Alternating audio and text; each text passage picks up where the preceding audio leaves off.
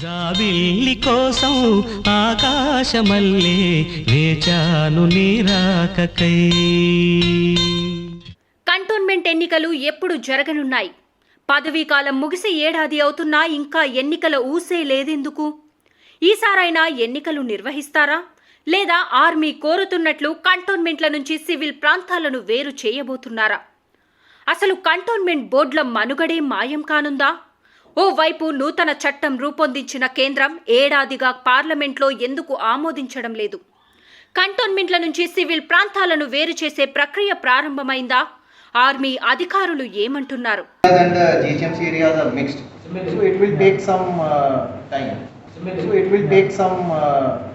కాస్త వెనుక ముందైనా జీహెచ్ఎంసీలో విలీనమే ఖాయం కానుందా? తాజా మాజీ బోర్డు సభ్యులతో సహా ఆశావాహులను ఈ ప్రశ్నలే వేధిస్తున్నాయి.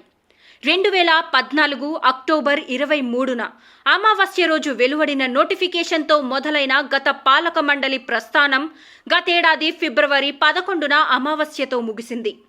అనేక అంశాల్లో అమావాస్యతో ముడిపడిన గత పాలక మండలిలో సభ్యులు మళ్లీ కంటోన్మెంట్లో అడుగుపెట్టేందుకు ఆశగా ఎదురుచూస్తున్నారు.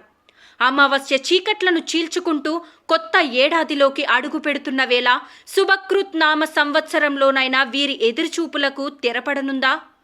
నే నిన్నటి రవినే, నువ్వు రేపటి శశివే అంటూ కంటోన్మెంట్ ఎన్నికలు ఆశావాహులతో దోబూచులాడుతున్నాయి. నే నిన్నటి రవినే, నువ్వు రేపటి శశివే, నేనంటూ వెళ్ళాకే నువ్వొస్తావు పైకే. ఇది తప్పని మజిలి, ఇది జాముల బదిలి, నువ్వే వెన్నెలే. కంటోన్మెంట్ రాధేశ్యామ్ల ఎదురుచూపులపై సిఎన్టీ న్యూస్ ప్రత్యేక కథనం. కంటోన్మెంట్ ఎన్నికలెప్పుడు?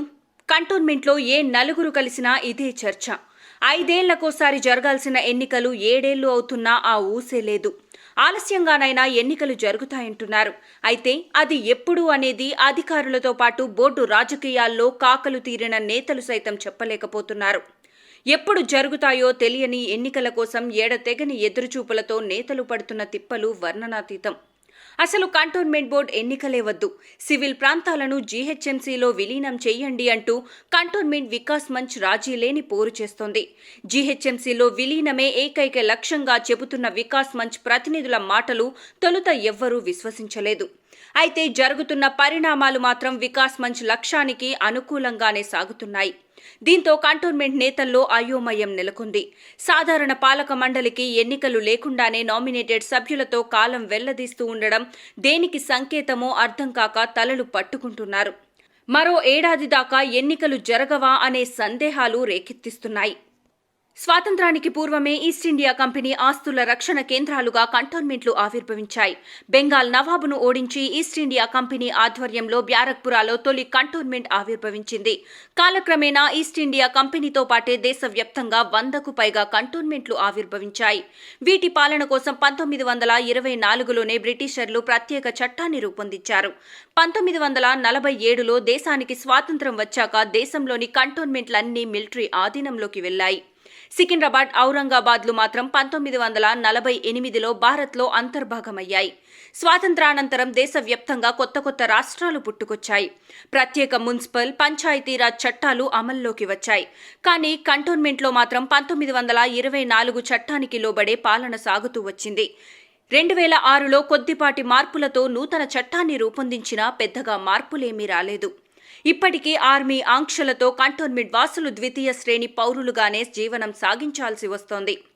సివిల్ ఏరియాల్లోనూ ఇల్లు కట్టుకోవాలన్నా, దుకాణం పెట్టుకోవాలన్నా, రోడ్ల మరమ్మతులు, డ్రైనేజీ, తాగునీటి లైను ఇలా ఏ పని చేపట్టినా మిలిటరీ అధికారుల అనుమతి తీసుకోవాల్సిందే. ప్రజాప్రతినిధులుగా 8 మంది బోర్డు సభ్యులకు అవకాశం కల్పించినా వారి అధికారాలు అంతంత మాత్రమే. అయినా బోర్డులో అంతో ఇంతో ఆధిపత్యం చెలాయించేందుకు ఉన్న ఏకైక మార్గమిదే. అధ్యక్షుడిగా వ్యవహరించే స్థానిక మిలిటరీ కమాండర్, సభ్య కార్యదర్శిగా వ్యవహరించే ఇండియన్ డిఫెన్స్ ఎస్టేట్ సర్వీసెస్కు చెందిన సీఈఓ దయా దాక్షణ్యాలపై ఆధారపడి బోర్డు సభ్యులు కాలం వెళ్లదీస్తూ ఉంటారు. ఈ మాత్రం అధికారం కోసం స్థానిక నేతలు తహతహలాడుతూ ఉంటారు. తొలినాళ్లలో 3 ఏళ్లు మాత్రం ఉన్న బోర్డు సభ్యుల పదవీకాలం 1980 దశకంలో 5 ఏళ్లకు పెరిగింది. 2006 దాకా పాత చట్టం ప్రకారమే ఎన్నికలు పాలన సాగుతూ వచ్చాయి. 2007 ఎలక్టోరల్ రూల్స్ అమల్లోకి వచ్చాక 2008లో తొలిసారిగా మహిళా రిజర్వేషన్లు అమల్లోకి వచ్చాయి. ఆ తరువాత 2015లో మరోసారి ఎన్నికలు జరిగాయి. తాజాగా 2006 నాటి చట్టంలో కీలక మార్పులకు శ్రీకారం చుడుతూ కేంద్రం డ్రాఫ్ట్ బిల్లును రూపొందించింది. 2021 జూన్లోనే పార్లమెంట్ సమావేశాల ఎజెండాలోకి చేరిన డ్రాఫ్ట్ బిల్లుకు నేటికి మోక్షం లభించడం లేదు. నూతన చట్టం ప్రవేశం పెడుతున్న నేపథ్యంలో దేశంలోని 62 కంటోన్మెంట్లకు ఎన్నికలు నిర్వహించడం లేదు. 2015లో కొలువుతీరిన బోర్డు పాలక మండలి పదవీకాలం 2020 ఫిబ్రవరి 11తోనే ముగియాల్సి ఉంది. అయితే 2 దశలుగా 6 నెలల చొప్పున గతేడాది ఫిబ్రవరి 11 వరకు పొడిగిస్తూ వచ్చారు. నాటి నుంచి వేరిడ్ బోర్డు మనుగడలోకి వచ్చింది. 2021 నవంబర్ నెలాఖరులో వేరిడ్ బోర్డులో సివిలియన్ నామినేటెడ్ సభ్యుడి స్థానాన్ని భర్తీ చేశారు. బీజేపీకి చెందిన రామకృష్ణకు ఈ అవకాశం దక్కింది. 8 వార్డులకు ప్రతినిధులుగా కొనసాగుతున్న ఆయన ఓవైపు అభివృద్ధి, మరోవైపు తన పార్టీని విస్తరించే విధంగా ప్రణాళికాబద్ధంగా ముందుకు వెళ్తున్నారు. ఎన్నికలు ఎప్పుడొచ్చినా బీజేపీ సభ్యులను గెలిపించుకునేలా క్యాడర్ను సమాయత్తం చేస్తున్నారు. ఇక గత పాలక మండలిలో రామకృష్ణ సహా 8 మంది టీఆర్ఎస్లోనే కొనసాగారు. దీంతో త్వరలో జరగబోయే ఎన్నికల్లోనూ అన్ని వార్డుల్లో విజయం దిశగా టీఆర్ఎస్ నేతలు వ్యూహాలు రూపొందించుకుంటూ ఉన్నారు. స్థానిక ఎంపీ రేవంత్ రెడ్డి అండగా మెజారిటీ వార్డుల్లో గెలిపే లక్ష్యంగా కాంగ్రెస్ నేతలు రేసులో ఉన్నారు. ఎన్నికల కోసం ప్రధాన రాజకీయ పక్షాలకు చెందిన నేతలు ఆశగా ఎదురుచూస్తున్నారు. అయితే ఎన్నికలు ఎప్పుడు జరుగుతాయో మాత్రం ఎవ్వరూ ఖచ్చితంగా అంచనా వేయలేకపోతున్నారు. నోటిఫికేషన్ మొదలుకొని గడువు తీరేంత వరకు అమావాస్యతో ముడిపడిన గత పాలక మండలి సభ్యులు సైతం అమావాస్య చంద్రుడిలా ఎదురుచూస్తున్నారు. ఎప్పుడు జరుగుతాయో తెలియని ఎన్నికల కోసం బయటకి కనపడిని యుద్ధమే చేస్తున్నారు. ఇదిలా ఉండగా బోర్డు ఎన్నికలకు సంబంధించి ఇంతటి సందిగ్ధం ఎందుకో ఓసారి పరిశీలిద్దాం. కంటోన్మెంట్లలో పాలనను మరింత ప్రజాస్వామ్యాయుతం చేసేందుకు కేంద్రం 4 ఏళ్ల క్రితమే కసరత్తు ప్రారంభించింది. అందులో భాగంగా సుమిత్ బోధ్ అధ్యక్షతన ఎక్స్పర్ట్ కమిటీని ఏర్పాటు చేసి కంటోన్మెంట్ వ్యాప్తంగా అభిప్రాయ సేకరణ చేపట్టింది. ఈ కమిటీ సూచనలకు అనుగుణంగా 2006 నాటి చట్టంలో కీలక మార్పులు చేస్తూ నూతన చట్టానికి రూపకల్పన చేసింది.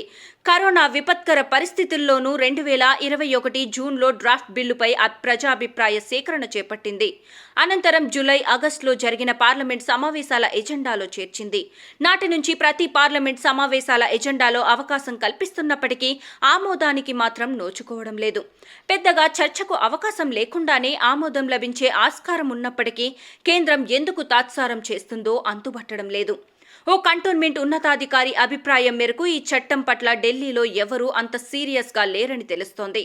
నూతన చట్టానికి ఆమోదం తెలిపేదాకా కంటోన్మెంట్ బోర్డులకు ఎన్నికలు నిర్వహించే అవకాశం లేదు. ఇప్పటికిప్పుడు చట్టాన్ని ఆమోదించే అవకాశాలు అంతంత మాత్రంగానే ఉన్నాయి. అప్పటిదాకా ప్రస్తుతమున్న వేరిడ్ బోర్డునే కొనసాగిస్తారని తెలుస్తోంది. ఇదిలా ఉండగా సుమిత్ బోస్ కమిటీ పర్యటన కొనసాగుతున్న క్రమంలోనే ఆర్మీ ఉన్నతాధికారులు కంటోన్మెంట్లోని సివిల్ ప్రాంతాలను వేరు చేయాలనే ప్రతిపాదన చేశారు. తద్వారా ఎక్స్క్లూజివ్ కంటోన్మెంట్లను ఏర్పాటు చేయాలన్న ఆర్మీ ప్రతిపాదనకు రక్షణ శాఖ ఉన్నతాధికారులు సుముఖంగానే ఉన్నట్లు తెలుస్తోంది. హైదరాబాద్ పార్లమెంట్ సభ్యుడు అసరుద్దీన్ ఓవైసీ 4 ఏళ్ల క్రితం పార్లమెంట్లో అడిగిన ఓ ప్రశ్నకు సమాధానంగా నాటి రక్షణ శాఖ సహాయ మంత్రి ఇచ్చిన సమాధానమే ఇందుకు నిదర్శనం. దీనికి తోడు తాజాగా కంటోన్మెంట్లోని సివిల్ ప్రాంతాలను సమీప మున్సిపాలిటీల్లో విలీనం చేయడంపై అభిప్రాయం తెలపాలని కేంద్ర కంటోన్మెంట్లకు లేఖ రాసింది. ఈ విషయాన్ని బోర్డు అధికారులు స్పష్టం చేశారు. సికింద్రాబాద్ కంటోన్మెంట్లోని ఈ ప్రక్రియ ప్రారంభమైందని అధికారులు చెబుతున్నారు. కాస్త ఆలస్యమైనప్పటికీ జీహెచ్ఎంసీలో విలీనం జరుగుతుందనే సంకేతాలు ఇస్తున్నారు. Military areas and the GHMC areas are mixed, so it will take some time. There's a proposal which has come to the CAN board. वो भी थोड़ा time लगेगा assess करने. ఓవైపు నూతన చట్టం, మరోవైపు ఎక్స్క్లూజివ్ మిలిటరీ స్టేషన్ల ఏర్పాటు. పరస్పర విరుద్ధంగా ఉన్న ఈ రెండిటికి కేంద్రం సూత్రప్రాయ అంగీకారం ఇవ్వడం గమనార్హం. ఇంతటి సందిగ్ధంలో ఎన్నికలు ఎప్పుడు అంటే చెప్పడం ఎవరికైనా కష్టమే. మరి కంటోన్మెంట్ బోర్డులను యథావిధంగా కొనసాగిస్తూనే ప్రజాభిప్రాయం మేరకు కొన్ని ప్రాంతాలను సమీప మున్సిపాలిటీల్లో విలీనం చేస్తారనే ప్రచారము సాగుతోంది. సుమిత్ బోస్ కమిటీ సూచనల్లోనూ ఈ విషయం స్పష్టం చేసినట్లు తెలుస్తోంది. అంటే ప్రస్తుత బడ్జెట్ సమావేశాల్లోనైనా కంటోన్మెంట్ నూతన చట్టానికి ఆమోదం లభిస్తే 6 నెలల్లోనే ఎన్నికలు జరుగుతాయనే అభిప్రాయం వ్యక్తమవుతుంది. ప్రస్తుతం ఉన్న 8 మంది బోర్డు సభ్యులకు అదనంగా ఉపాధ్యక్షుణ్ణి నేరుగా ఎన్నుకుంటారు. గతంలో మాదిరిగా కాకుండా ఈసారి పార్టీ గుర్తులపైనే ఎన్నికలు జరుగుతాయంటున్నారు. ఇక వార్డుల వారీగా మహిళా రిజర్వేషన్లలోనూ మార్పులు జరగొచ్చని తెలుస్తోంది. 2007 ఎలక్టోరల్ రూల్స్ స్థానంలో కొత్త రూల్స్ అమల్లోకి వస్తాయి. తదనుగుణంగా రిజర్వేషన్లలోనూ మార్పులు చేయాల్సి ఉంటుందని నిపుణులు పేర్కొంటున్నారు. శుభకృత్ నామ సంవత్సరంలో ఖచ్చితంగా బోర్డు ఎన్నికలు నిర్వహించే అవకాశం ఉందని తెలుస్తోంది. బోనాలు, వినాయక చవితి, బతుకమ్మల సీజన్ ముగిసే నాటికైనా ఎన్నికల విషయంలో స్పష్టత రావాలని ఆశావాహులు ఆశగా ఎదురుచూస్తున్నారు. లేదంటే మరో ఆయా పండగల సమయంలో తమ ఖర్చు తడిసి మోపుడవుతుందని నిట్టూరుస్తున్నారు. For latest cantonment news updates, subscribe to CNT News and click bell icon to get regular updates.